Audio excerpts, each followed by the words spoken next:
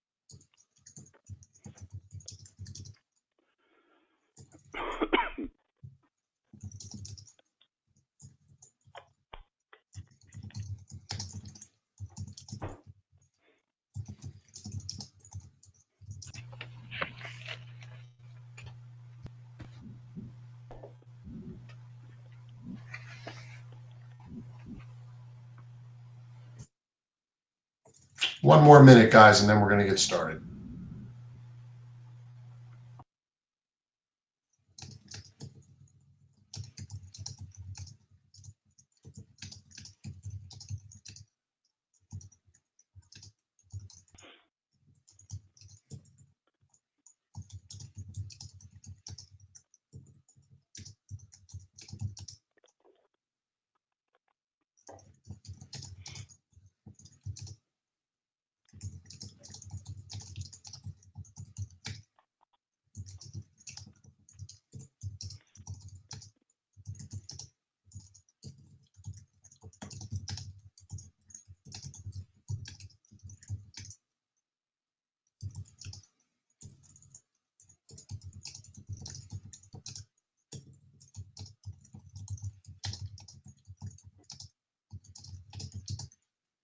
All right. Um, I think we should get started. Uh, so, good evening. My name is PJ Colello, and I want to welcome you to the first 2019 NILOA Directors Call. Before we get started, I wanted to cover a few things very quickly, as we have quite a bit to go over tonight. First, we are going to try and not cover association business on these calls. So emails regarding NILOA policies and procedures, those need to be read separately and they will not be recovered this evening. Second, this call will be available by the link that is listed right in front of you, and you can go back and re-listen to it. For those people who are not on the call, they can go in and register, and in fact they must register, and for those people who are officiating MLAX OG games, they need to listen to this call by Monday 12 noon Pacific Standard Times or 3 p.m. On the East Coast. And please remember, in order to get credit for the meeting, you must register and watch the meeting through the site. After 3 p.m. on Monday, the webinar will then be moved over to the video page on niloa.net. I would like to, on behalf of NILOA, I'd like to thank US Lacrosse for their continued support and partnership, and especially Charlie Obermeyer and Gordon Corsetti for all of the behind the scenes work that they have done to make this and all the future calls possible. Lastly, as you will see in tonight's call, we are using more video clips than ever. And because of that, there are going to be officials who are seen on these video clips doing both correct and incorrect things. Let's not take it personally and receive it in the spirit in which it is presented, which is as an educational tool for all of us to use, learn from each other, and grow as officials. So without further ado, I want to present Tom Abbott, our National Coordinator of Officials, and Tom Sutton, the NILOA Director of Officials Development. Take it away, Tom. Yeah, which Tom? That's good. Go PJ, ahead, you start. You start. Hey, I just want again welcome everybody. We do have a lot to get through. Believe it or not, we'd like to limit these calls to about 45 minutes, but I don't think that's probably going to happen tonight with the rule change year coming in. We got a lot to discuss, a lot of questions that I couldn't answer on the forum that Tommy Abbott and myself have been talking about, and he sent them to the NCAA for interpretation. So we finally got a lot of that back, either as late as last night, right, Tommy? We got a lot Correct. back. So I think I can go back and answer all the forum questions. So anybody that was looking at the forum wondering why the questions weren't being answered, that was one general reason. So again, just the purpose of the call is hopefully to make us all better officials. PJ touched on it. We got to have a little thick skin sometimes. Somebody's going to be on this video doing something bad every meeting probably. So have a little thick skin and take it in as a learning experience. We're going to talk about game reports. We're going to talk about the forum. We're going to try to reduce the confusion of over and back and advancing, the two different rules. We're going to have a face-off discussion with a bunch of clips. We're going to talk about some mechanics, some do's and some don'ts. We're going to talk about the dive, hot topic. Guys, I couldn't go anywhere without getting a tweet or a clip sent to me, which is good. Gives us plenty of information to use on these calls. And then we're going to talk about the string king handle at the end. So, Well, again, Tommy, before you get started, the only thing I want to bring to guys' attention is, it's been a few years since we had any major rules changes. And obviously this year is a big one. And anytime there are rules changes, there's high anxiety from everybody, not only officials, but coaches and media and the press. And it comes from all angles and all directions. I just want us to remember that what we're discussing tonight is to help us become better and more consistent at what we do, and to get rid of the anxiety. Just remember that we're professionals. We go out there, we do the best we can, and if we have questions, we get them to that forum, and if we need to move them up the ladder, we do that. So just this is a normal thing. We have anxiety issues because of new rules, and it's a normal deal. Go ahead, Tommy. That's good. You covered that slide pretty well there, right? It's not, yes, as you guys realize, there's no talking for you guys right now, but there is a possibility of sending the question in. If we don't answer your question tonight, if you'd be patient, I think we'll get through a lot of the questions that are out there. But if you do have a question, you can either type it in live, or I would encourage you to send it to the forum afterwards. All right, game reports. Don't forget the referee on the games. We need game reports. If you have an unusual circumstance, don't forget to check that box, because that alerts Tommy Abbott and Kevin O'Leary as our executive director that something unusual happened, and probably further discipline needs to be happening related to that game. It's important because if they play Saturday or Sunday and they can turn around and play Tuesday or Wednesday, that all needs to be reviewed before then. So Tommy and Kevin are pretty busy when the unusual circumstances get hit. But if it's a usual game, 36 hours should be adequate for all of us to get the game reports in. The forum, we're off to a good start. Last time I looked, there was, I think, 40-some questions. Again, a lot of them aren't answered, but they will be answered, if not tomorrow, by Saturday. Timeline for answers, we talked about why the timeline might be lengthened. If there's an interpretation question or something I can't answer, I got to go to Tommy Abbott, and then Tommy's got to go to the NCAA, which takes 3 days sometimes, right, Tommy, or more? So be patient.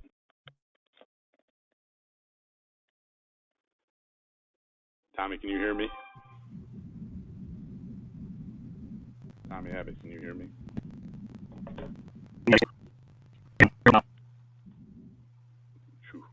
Charlie, can you hear me? I got you, I got you, Sonny. Okay. All right. Must be Tommy's breaking up. Yep. All right. So we talked about sending proposals to the NCAA.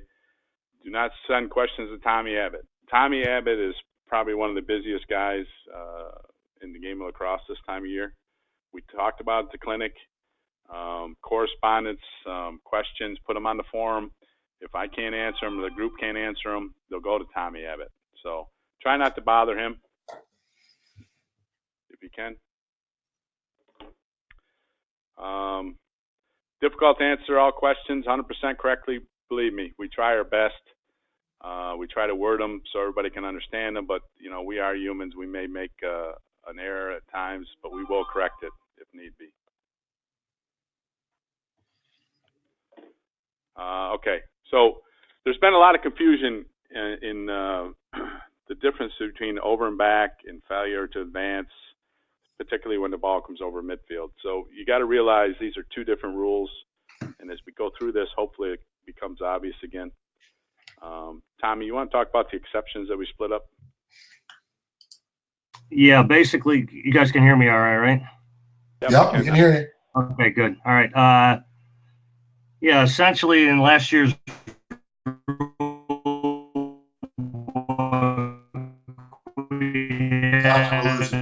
four exceptions with regards to over and back and advancing the ball together. I'll call in. Okay, call in. I'll walk through it for a while. Basically, what happened was there's four exceptions. Four exceptions are all lined up. The situations changed with the 22nd and advancing a ball, and some of the rulings for over and back. So the exceptions were split in two. So we'll go through these, but keep in mind, advancing the ball and over and back, two different rules, two different applications of how we apply it. So Team A has possession in the offensive half with more than 60 seconds on the shot clock. The ball goes over midfield after last being touched by Team B and then recovered by Team A in the defensive area. All right. So we got more than 60 seconds. So it cannot be an over and back, correct? Everybody good with that? If there's more than 60 seconds on the shot clock, it cannot be over and back. What it's going to turn into if they don't get it over by 60 is failure to advance. Everybody understand that? I hope. So the ruling there is no. By rule, the team in possession must have the ball in the offensive half of the field. It's exactly what I said at 60 seconds. So if they put it back, the defense puts it back, offense puts it back above 60, it's not over and back. If they don't get it over by 60, it is failure to advance. Over and back does not come into play until 60, under 60 or less. We've said that 3 times now. Even if the offensive team has advanced the ball to the offensive half of the field prior to the 60 seconds remaining on the shot clock, they can still return the ball to the defensive half until 60-second mark. All right, no over and back until 60 or less on the shot clock. These are exceptions we're talking about. So on the over and back exceptions, no over and back on a violation, over and back violation, but a shot clock will reset in the following conditions. They shot per shot clock criteria that leaves the offensive half of the field. So you got to reset, basically, is what that shot, shot clock criteria is. You have a shot that hits a goal post, a goaltender, you're going to reset.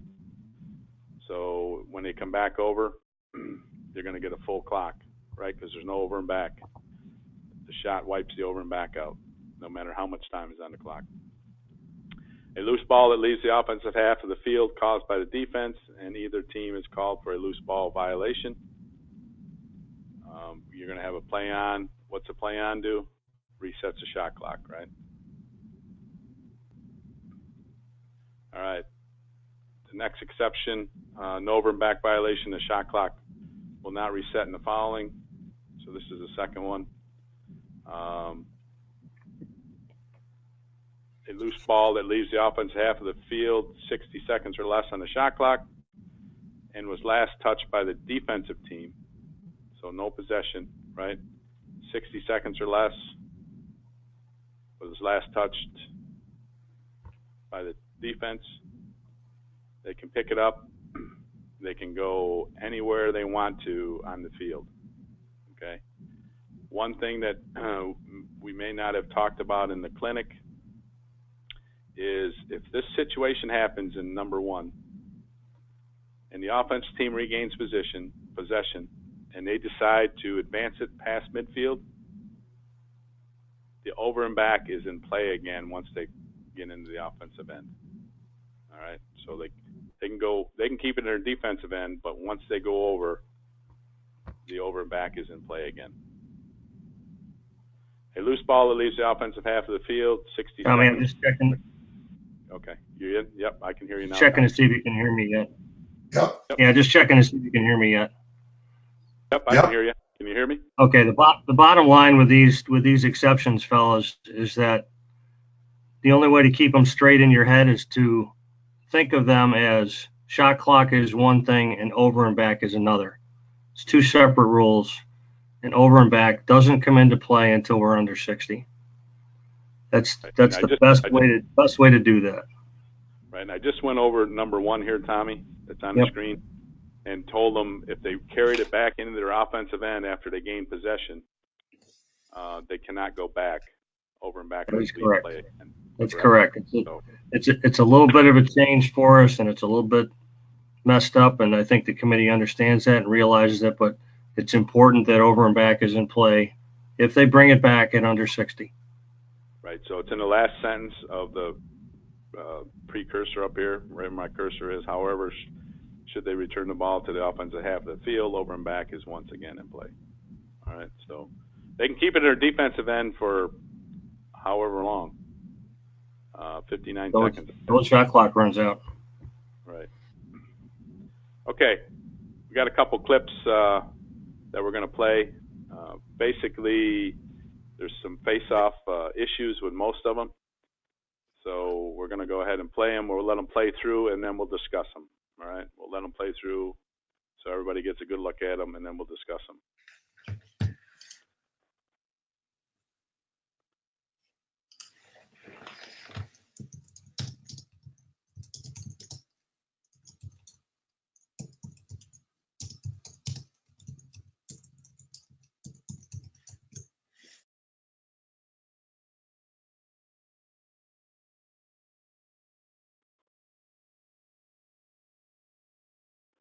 All right.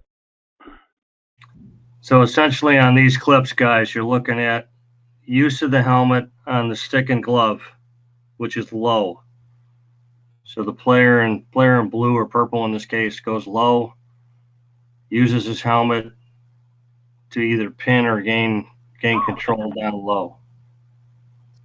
And we'll go ahead and play it one more time just so you guys can see it. Shows up pretty well in slow motion. If you watch 29 in blue, his helmet is on the guy's arm right there in the glove.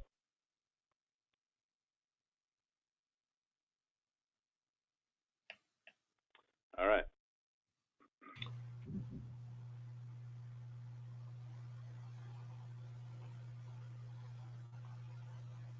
Go ahead and play another clip. This is another face-off clip, right? So these clips here, this clip here, the second clip is basically helmet contact to the arm and elbow. So it's up higher. Upper arm, right, Tommy? Right there in the bicep. Upper arm.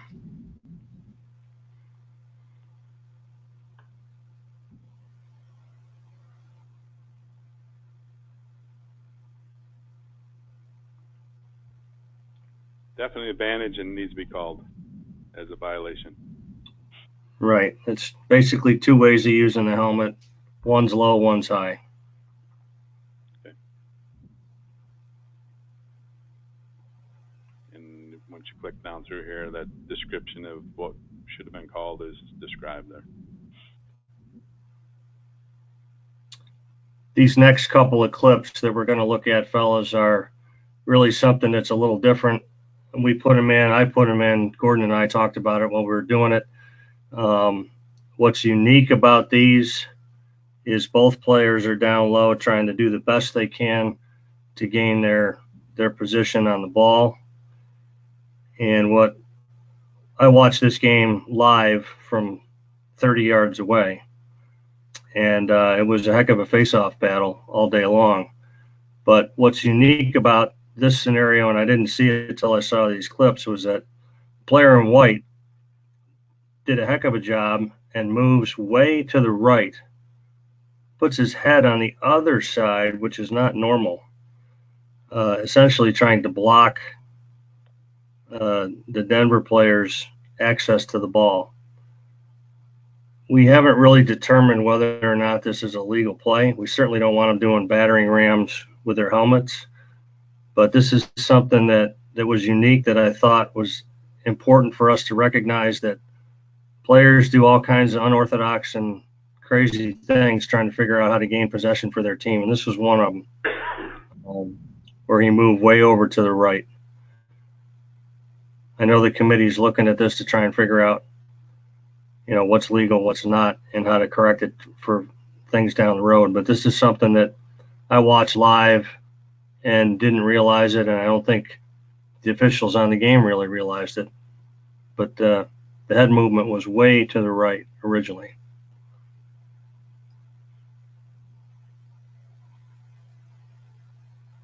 That's really the only purpose of these two clips, was to show the head movement and where the heads were going, trying to gain possession over that ball. And then, you can see the player in red maybe use his helmet on the shoulder too at the end. So. Exactly, right. It leads to more contact. So it's just something to be aware of. And if you see helmet contact that doesn't appear to be legal, make the call. The only way they stop doing it is if we call it. TA, in this situation, we've had a few questions come in. When we have two players rubbing their helmets against each other like this, kind of equally, we're until such time as we are told otherwise, we're just gonna, we're gonna call it equal pressure and call it a day.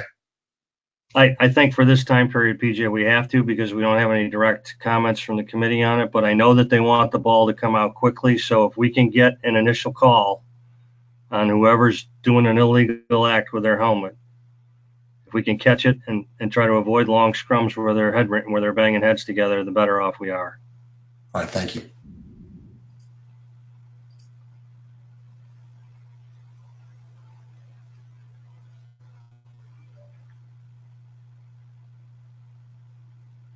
Long scrums was really a big key for them, talking about long scrums.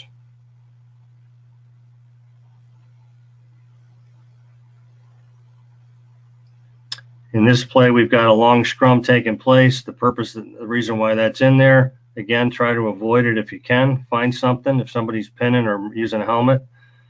And you'll notice the other four wing players, those guys are hovering around trying to pick up a ground ball. The point of this clip is they can legally check the stick of those face-off players. It is legal to check the stick. It's not legal to body check. So if they want to reach in there and try and scoop that ball or check the ball out of there, it's legal. We certainly don't want them slashing somebody in there, but they can reach in and do that.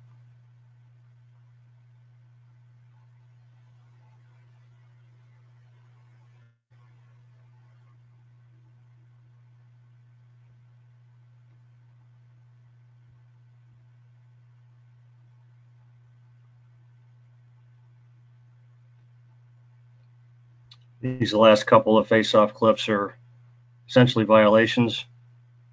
Player in white looks like he cleanly wins it. Player in blue, who's leaning over, interferes with him. I'd start with a hold. If it continues, I'd go further. What Tommy's saying is, we'll give him a break on the first one. This could be a trip, probably. Exactly. Without interference or a hold, right? But if he continues to do this all game long, you got to escalate it. So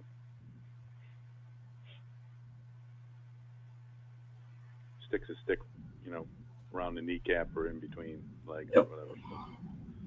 Close vicinity, so you can get away with a hold. Right, and he's probably leaning. I mean, he's a lot of body weight in that direction. Right.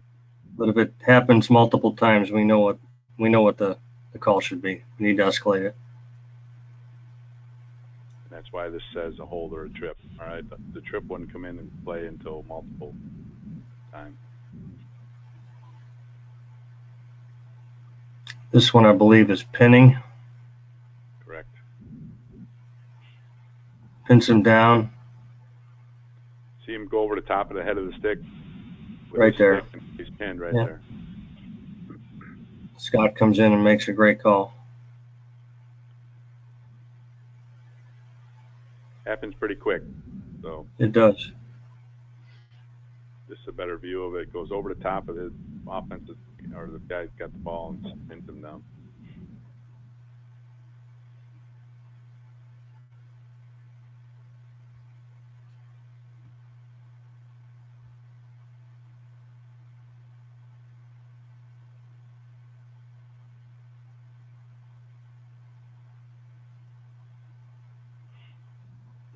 This one's another one that's quick. Player in red gets him pretty quickly, but then realizes that he's doing an illegal move and backs away. This happens in a heartbeat. But it also delays the white player coming out and allows the red player to Right. do his check on him too, Yep. right? So Yep. if we call it, white doesn't get disadvantaged and they get the ball and a violation on red.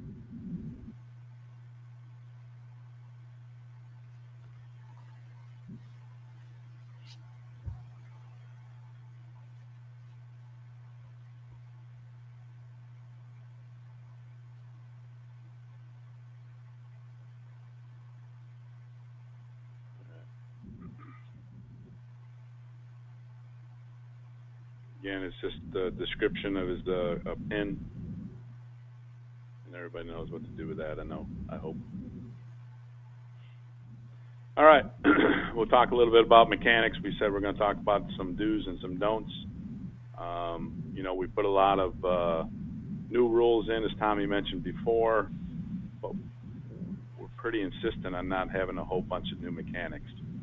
I know people are trying to do the right thing, but in trying to do the right thing, they could create confusion to the shot clock guy, to the players, to your partners. So we're going to talk about some mechanics that were implemented we don't want to be using. We've only had 1 weekend of real games. We've had some scrimmages. We've picked up a lot of things in those on film, and we want to make sure that the less movement that we can communicate with, the better. So as we go through here, we're not adding too many mechanics. We're using our old mechanics and just implementing them. The other way, if you have suggestions, if you think you have a mechanic that may be helpful, you can send me an email, and I will review it. We do have a committee. The committee met earlier tonight, and then we'll make a decision on what we want to use or what we don't want to use. So by all means, if you think you got a mechanic that's saving the world, send it in, and we'll take a look at it. Here's some of the things we don't want to do that we've been noticing. We have a signal. The only signal we put in that I'm aware of communicating with your partners about where the ball is when you're coming down to 60 seconds or less on the shot clock. We have a signal to allow the partners to know it will be an over and back. So our over and back signal is still in use. So if we're in the offensive end settled situation and the ball comes back and we know we're under 60 or 60 or less, it's a simple over and back signal, just like we had for years, letting our partner know, look, we're under 60. That's the only time we're going to use that over and back signal, is 60 or less on the shot clock. So we already have a signal to allow our partners to understand that, that it's going to be an over and back. We need to continue that and not make up other signals. There's people using thumbs up. We've had a lot of things trying to be used, but we don't need any other signals. We have an over and back signal that works just fine for that situation. You know where the shot clock is, 60 or less, rolling toward midfield, you're giving your partner the over and back signal. That's all that needs to happen. Low time on the shot clock. We don't need to tap our head. We've seen some officials trying to communicate with their partner, low in the shot clock, they're tapping their head. Well, tapping their head is what? Failure to advance? It's also a motion pretty close to where you're going up with your arm for the shot clock. We don't need to tap our head on the low shot clock time.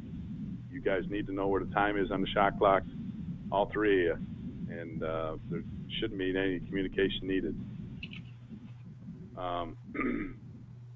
One thing we saw in a very highly contested overtime game, probably one team's not happy anyways. Our officials stayed on the field and monitored the team's handshake. That's not a mechanic, never been a mechanic as long as I've been repping. We need to exit the field when the game is over as quickly as possible by joining your partners and exiting the field. Particularly trying to stay away from the benches. You know, there's no need to go over by the benches. You're going to locate your partners and we're going to exit the field. Do not stay on the field and witness any handshake. Guys, this is something that we did change last couple of years. You know, we just want to make sure our job at the end of the game is to make sure there's nothing going on, make sure they get back to their bench areas okay.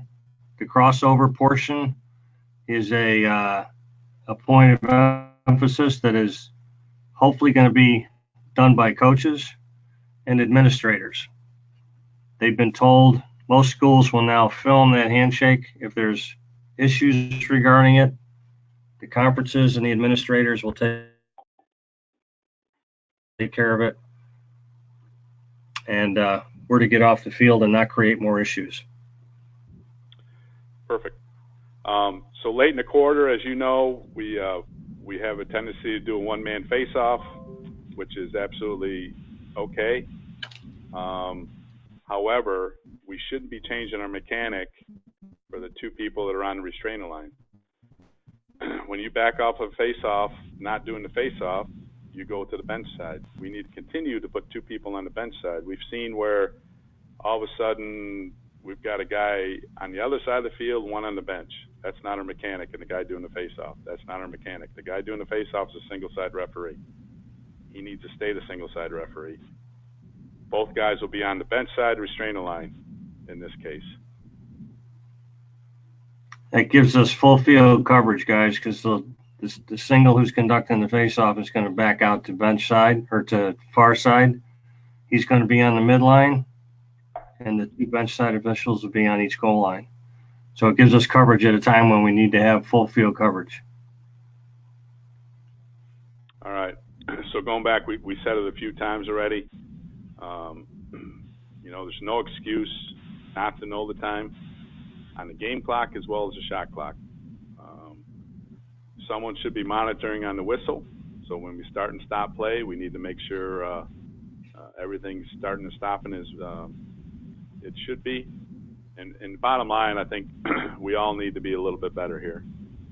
We all need to talk, you know, to make sure we know where the clock is pretty much the whole game. We talked about it at the clinic in Baltimore, and everybody should have seen it on the film. I think we all need to become clock watchers. You know, that's the only way we're going to survive. The clocks are going to get reset. The clocks are going to go out. We're going to have problems with the shot clock. You know, I haven't seen too many games that hasn't had a shot clock issue in MLL or the indoor league I used to ref. But we need to know where the clock is. There's really no excuse not for knowing where it is. One thing we're working on, we're getting better on, but one reset, all reset. So if we're resetting the shot clock, we're all resetting the shot clock. And I have a tendency to verbalize. I think it helps. I had one partner come up to me over the weekend and say, hey, I really like it when you verbalize it. You know, I might not be looking at you, but I can definitely hear you. The other reason we have to all mirror is that shot clock guy, if he's standing in the box, which some of them are, he's got no line of sight down to that lead guy on either end, basically.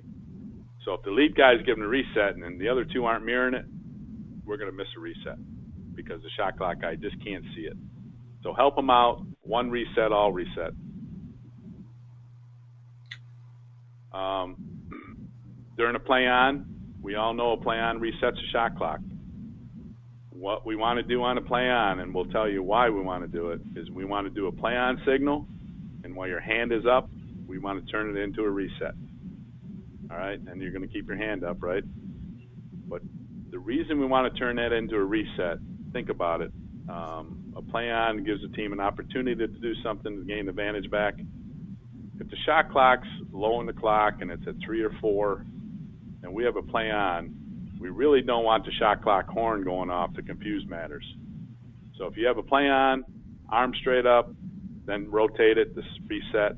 Everybody else is signaling the reset, and the guy who's got the play on keeps his hand up, right?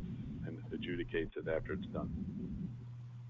Tommy, got anything to add there? Did I get it? Yeah, basically everything that we're talking about that Tommy's mentioned right now is we're not only retraining ourselves to do something different. If there's one lesson, one skill that we all need to learn, it's how to reset the clock, how to be a clock watcher, how to make sure you know what time there is on the clock. That's the one skill we can work at.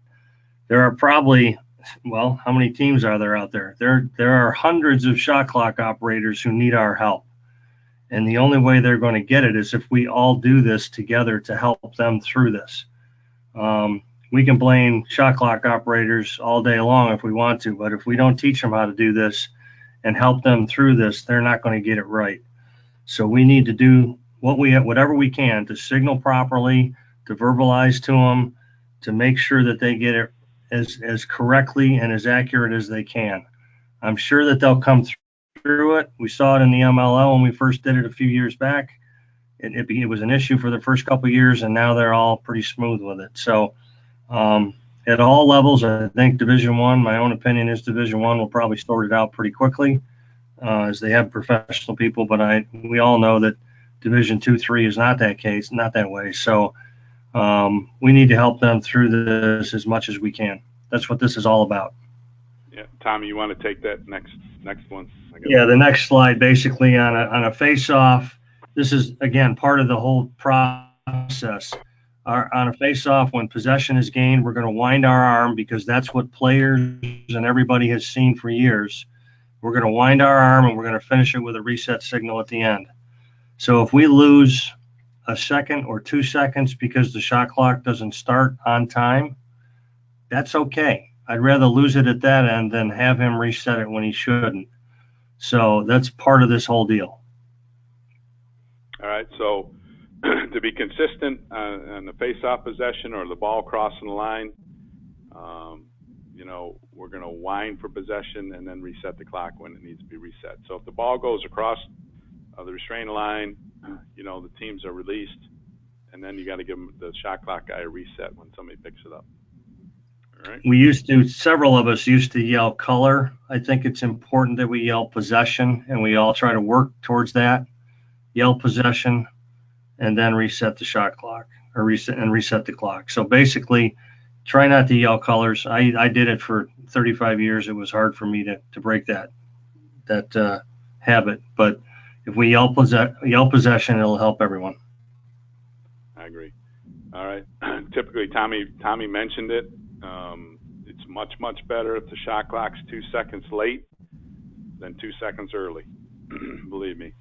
What if it's late? It's not a big deal, but when it's early, it's a big deal. It can turn into a big deal. Hey guys, we've had a few questions come in. About the fact that there could be a great deal of time after a ball hits a pipe or in a face-off scrum or when we don't have a shot clock, and the question is well, what do we do? And I want to type back, you don't do anything. We don't have possession yet, but I want to just confirm that there's nothing to do. We don't have possession. Yeah, PJ, the shot clock operators are all aware that, and hopefully most of them will understand that they need to stop the current shot clock when it hits the pipe or the goaltender, and that the next one's not going to start until possession is gained. But in some cases, that's going to happen. In some cases, you can't necessarily stop that shot clock and then not have it reset itself and start running. So we need to make sure that when possession is finally gained, however long it takes, that we give that reset signal again, and that whoever is off ball and has a chance to look at that clock, make sure it gets reset properly, because it does affect the clearing count. And it's important, especially if that clearing team is getting it deep in the corner and they got a ways to go. They have the right to start at 80 and not at 71. So, right. So, and I think that's PJ, important. to go a little farther with the question, we are not running around with our hands up. If that's kind of what we're alluding to, if Right. there's a delay between resets, you're going to reset it, bring your arm down, wait for possession to come again, and then put your arm up and reset it again. So if that was kind of the tone of the question, we do not. That was absolutely the tone of the question. We don't want people running around with their arms up. That is correct. That was the tone, and I understand. I think that there's quite a few comments that are coming in hard about the fact that some shot clock operators are going to struggle. Yes, they are, and it will get better as the season goes on. We hope. We hope. We hope. Right. We hope. I'll be positive and say they will. Yeah. Failure advance, going off the shot clock, that was mentioned in the clinic. In close situation, the midline, point down the sideline, a lot of our partners know the ball is in the offensive end. That's the mechanic we added at the clinic. It just gives your partners an idea, especially if the trail's watching the clock. He's taking a peek over at you. If the single side's got a point down, you know he's over the line. You don't have to worry about the failure advance. We got to make sure we do not reset on a ball that hits the side of the net and not the pipe. All right. A criteria for the shot is a shot that hits a goaltender or goal post that's from goal line extended, right? Above goal line extended. So if that criteria is not met, it's not a shot and it can't be reset. So if a guy winds up, hits the side of the net without hitting the pipe, it's no reset. The play continues. All right, so rule of thumb, we're going to go through some shot clock issues, mechanics that Tommy and I have talked endlessly about. We hope we got them straight. If not, we'll get them straight. There's a couple of scenarios here we need to talk about. First of all, you need to know the time. No exception or no substitution for not knowing the time, that's for sure. Okay, so if we have a shot clock issue, we try to use the same wording as what's in the rule book, but play will be stopped when there is no intimate play that will disadvantage either team, such as a scoring opportunity or a clear by the defense. All right, so you got to remember, if we have a shot clock issue, the defense can be disadvantaged just as much as the offense. So keep that in mind. We don't want to stop playing in a situation where the defense is going to pick up the ball. Nothing worse than you're blowing your whistle and defense is picking up the ball going the other way, and you're going to reset the shot clock offensively. So just be patient in those situations. Let it play through. The clock will be reset. Who's going to determine where it's going to be is us. You may get some help from somebody, but it's on us to make sure we know where the time was when the shot clock issue happened. Some shot clocks can be reset really quickly. Some can't. Some are going to have to. You're going to stand there and you're going to maybe stand there for 60 seconds if it's under 20. If they have to run it down, hopefully they can punch it in and change the time to where you need it to change to. All right. So now we're going to talk about some errors made by the shot clock operator. So the shot clock is 25. The shot clock operator inadvertently resets the shot clock to 80 seconds. What we want you to do, hopefully catch it, right? You're going to catch the error and stop play when appropriate. And the clock will be reset to 25 and play restarted. All right. So again, you kind of got to know where the clock was. You're going to make it right. I think as you go through here, if we try to make it right and do what makes sense, a lot of times you're going to be successful. So a team gets the ball on a new possession near the goal line extended, needing to advance the ball to midline. Ball becomes loose and the scrum occurs at 70 seconds while the ball is still loose. The shot clock mistakenly resets to 80. At the 70-second mark, the ball is possessed by the team A, and is still in the defensive end. If you do the math, it's 20 seconds, right? But all we can say about this one, play should have been stopped earlier, since there appears to have been a situation neither team would have been disadvantaged. Reset the shot clock to 70 and restart play. That's why we got to know if the shot clock's running or it's been reset. If we go 10 seconds, there's going to be a lot of issues that we're putting ourselves in that shouldn't happen. The key thing here is that Team A still has the possession, right? They've got the ball and the clock reset. That's why we need to know it got reset, right? It's in a stick. Somebody's got to know it's in a stick, kill it, and get it right. Fix it. Perfect. No advantage, disadvantage there, right? Right. Team A gets the ball on a new possession near the goal line, extended, needing to advance the ball midline. Ball becomes loose. All right, this is a little bit different than the last scenario because, like Tommy said, the ball was in somebody's stick, right? So the ball becomes loose and a scrum occurs. At 65 seconds, while the ball is still loose, the shot clock mistakenly resets to 80. All right, since the ball is loose, the play will need to continue until possession is gained or the official have taken count and the 20 seconds expires. So what we want you to do here is try to treat this as an injury and how we would adjudicate when the ball is loose during an injury. We try to have somebody come up with the ball, right? If the ball is still loose and you know it's 20 seconds, then it's failure to advance, and you should have a play on and allow the riding team the opportunity to pick it up. When you play it dead, you're going to give it to the offense if the play on doesn't work. Tommy? Hopefully everybody understands this. The kicker here is that the ball is now loose. And if we're doing what we should be doing by keeping an eye on that shot clock, in this case, we got it clear and it became loose.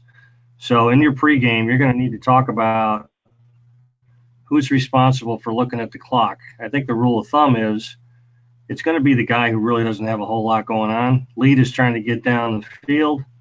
He's got his goal line to deal with. He really doesn't have a whole lot to do. The trail, who's following the play up the field, and the single, who's at the midline, have quite a bit to do. So the lead, who never really paid much attention to anything, now has to pay attention to that clock and what happens if the ball becomes loose and that clock gets reset.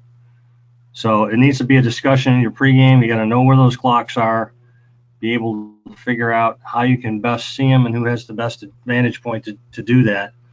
And literally, we want to make sure that we try to get this one right as well.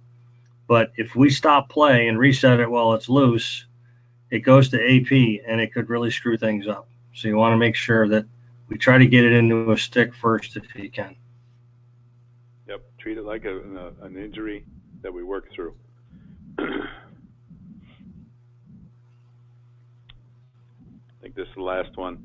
Team A retains possession on a deflection out of bounds. 5 seconds left in the shot clock. On the restart, clock operator goes to 80, and the clock starts, to count down. Team B coach starts yelling it, and 6 seconds later, officials recognize the error. Well, if you let it go that long, you're probably going to yell at.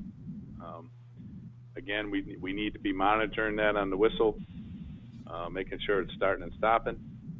We should have been doing that with a game clock. It's just one more thing to look at when we're starting and stopping. The good news here is I have seen several games and scrimmages so far, and our guys are doing really good with that example. If there's a ball that's out of bounds on the end line, somebody's looking at it, which is good. All right, we're going to do some clips, our favorite subject of everybody in this room. I'm going to let Tommy work through these clips with you. So here we go. We'll just we're going to try to go simple here and get through these fairly quickly. This one's a play where a player in green comes around, makes a move, an inside roll, which may be what you see a lot of teams allowing players to do now as inside rolls. He goes in a direction upfield slightly. This is a good goal. Yep. I mean, remember during the clinic we said the player's got to be more than parallel. If you watch his right foot, he starts on the goal line and he ends up a good yard up the field. So in our opinion, he's diving up the field away from the goal line and no contact made whatsoever, and the ball's in the net. Correct? All right. Correct. And as this PowerPoint becomes available, all these rulings are here that we're talking about, so you'll be able to reference them.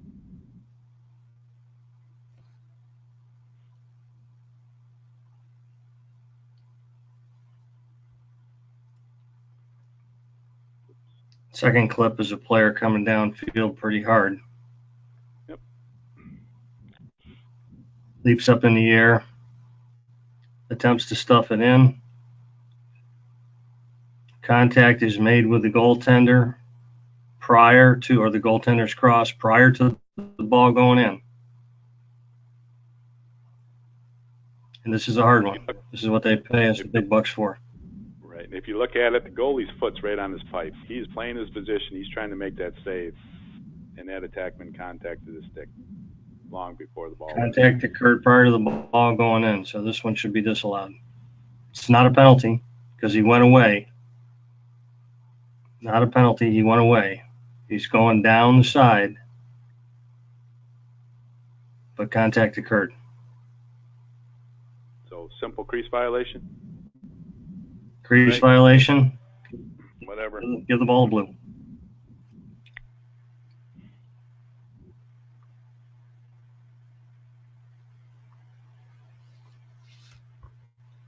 That's a tough one to see. You got to be right on the play to see that. We're going to give you some advice here in a minute to try to help you in these situations. So, Hey, guys, neither one of you commented on the push. I just wanted our because that's coming in. In your opinion, do we? I saw a flag thrown. Do we have a push? Do we not have a push there?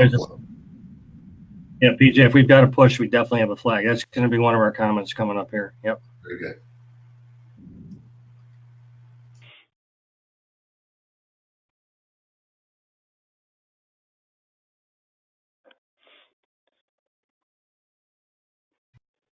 This one's pretty famous by now. yeah, I think probably everybody in the country's seen this one at least once. We'll let it run through once. Yep. Okay, the player's got to dodge basically 5 to 7 yards behind goal line extended. Comes up at an angle where he clearly looks like he's trying to go outside the crease. The goaltender comes out, takes away the away, even with his left foot outside the crease, and there is a push from behind. So if we have a flag, which is part of our comment from before, if we have a flag here, it probably does us some good.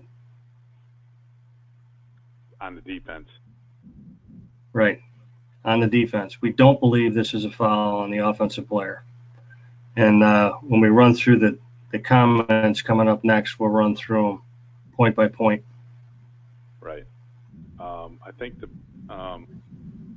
I think the biggest thing here is you look at the separation the goalie has, and when Tommy talks about the comments, I think it becomes a little bit clearer. Separation from the pipe. All right, so we want to go to the comments, Tommy? Yeah, let's go to the comment section. Okay.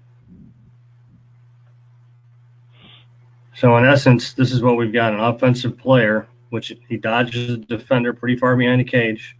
He attempted to take a legal path, which is away from the goal mouth. He was met by the goaltender who made the decision by himself to step out of his normal area and to take away the away, and basically to absorb contact before the ball had a chance to enter the goal. Let's go to the next step, Tommy.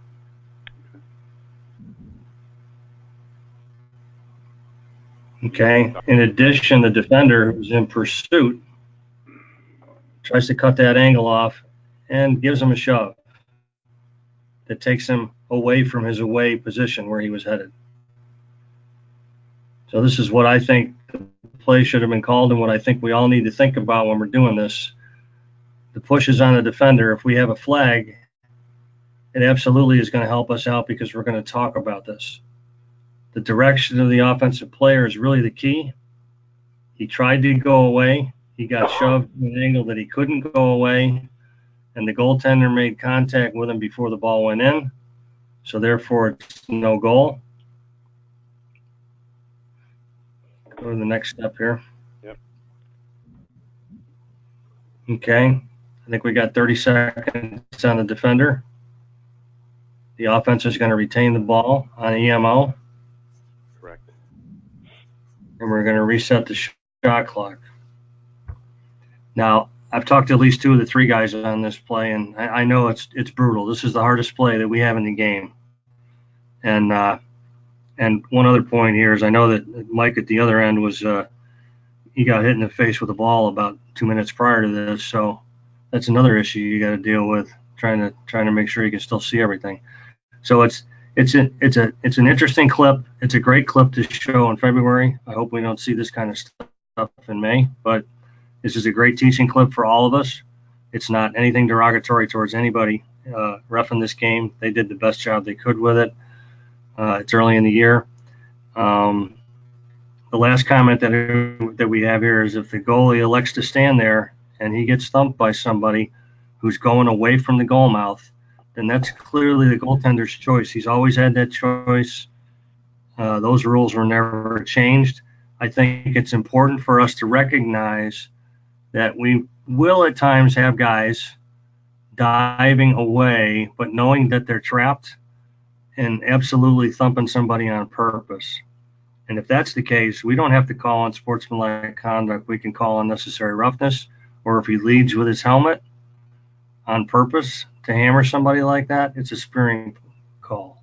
So we have other options, but as far as the dive play itself is concerned, the player went in a direction that was away, and that was the kicker.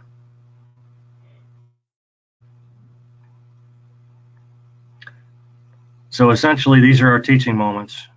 We really don't want to rush to any signals, whether it's goal or no goal. We want to get together quickly and talk about it. Click to the next one, Tommy. We want to make sure we get it right. This is the one that's the most important. We have to police the players. I know if this is an ice hockey game, the guy's coming in to take somebody out. So the bottom line is lacrosse players often play hockey. We have to make sure that this space is safe before we decide to do anything else. Make sure you get it right after that. The trail official is going to relay the play to the table area. Make sure that the trail official knows exactly what you have. And the other 2 officials should get away from the table area if possible.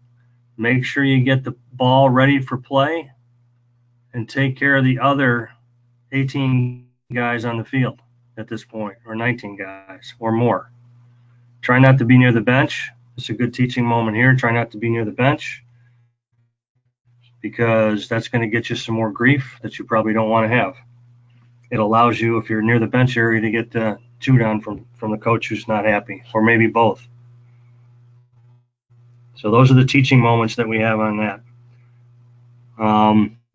As far as other teaching moments, we had another issue this past weekend or this past week where we had flags thrown in high directions and all over the field. Remember, we don't want to draw attention to ourselves if we can.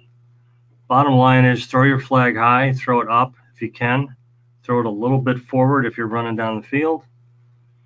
But we don't want to draw attention to ourselves. And we want to make sure that we have the right uniform on. Make sure you got the proper uniform on.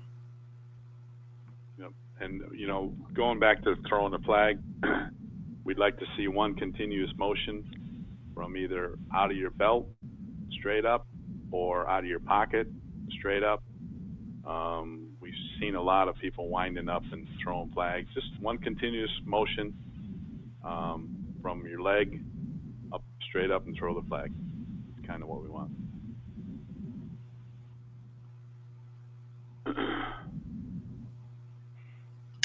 There has been a ruling by the NCAA. It's not out yet, but I'm sure that they're going to have it out. It went to the teams that were involved in the game last night. The shaft that you see in the picture now meets the specifications of a legal stick in Rule 1. The circumference, believe it or not, it doesn't look it, but the circumference of that stick, I measured it. They actually sent one to my house and a few others, overnighted it.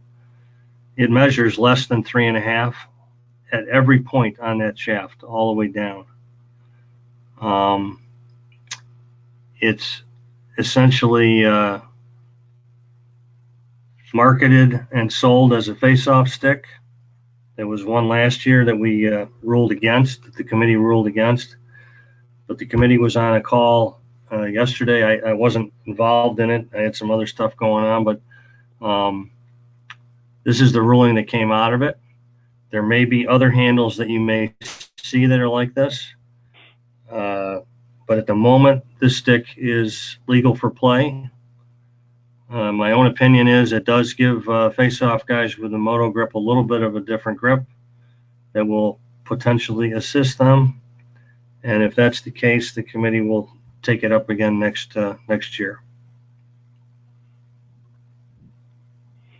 I think any of us would look at this stick and automatically rule it illegal, but the NCAA again has made the ruling, and we're going to consider this legal for the whole year as of right now. All right, hey, we made it right at 10 o'clock, Tommy. Perfect. I do appreciate the attendance, and you guys being involved. PJ, any lingering questions we need to get on the table, or are we good? The one question that we should ask is that you guys have given us a lot of clarity on a bunch of stuff this evening, and several of our members have asked if that clarity and interpretations are being shared with our brethren in the coaching ranks at all levels.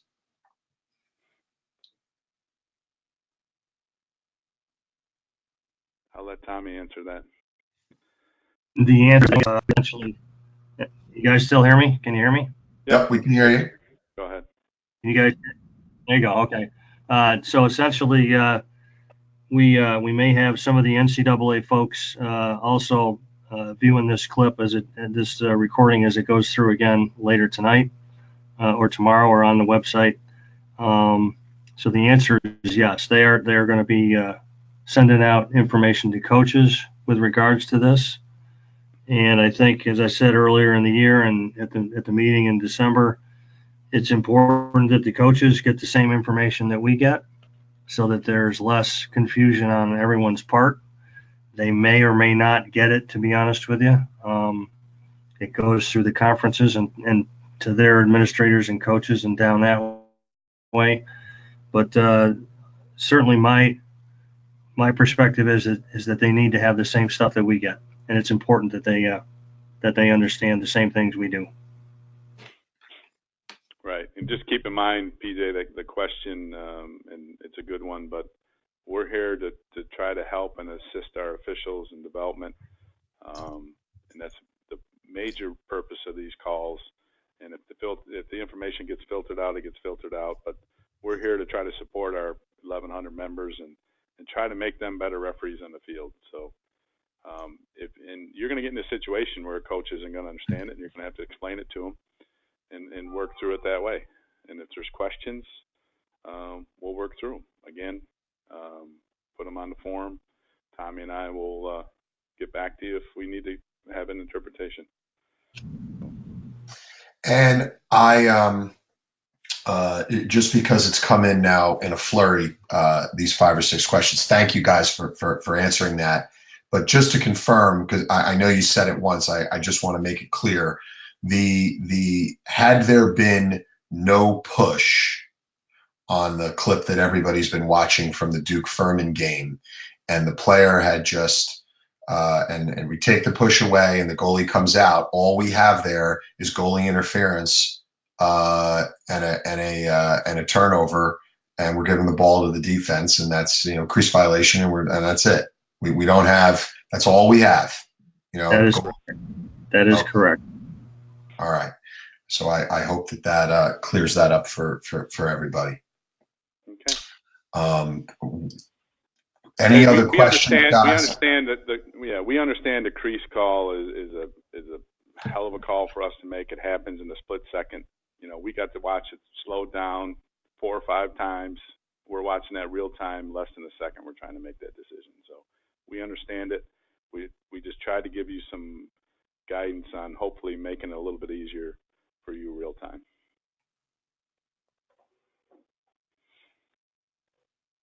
All right, guys, I'm going to go ahead and end the call. I appreciate everybody's attendance, and good luck. And we'll have another call February 28th, as it says on the screen, 9 p.m. Eastern. Good luck. All right, guys, thank you so much. Have a good evening.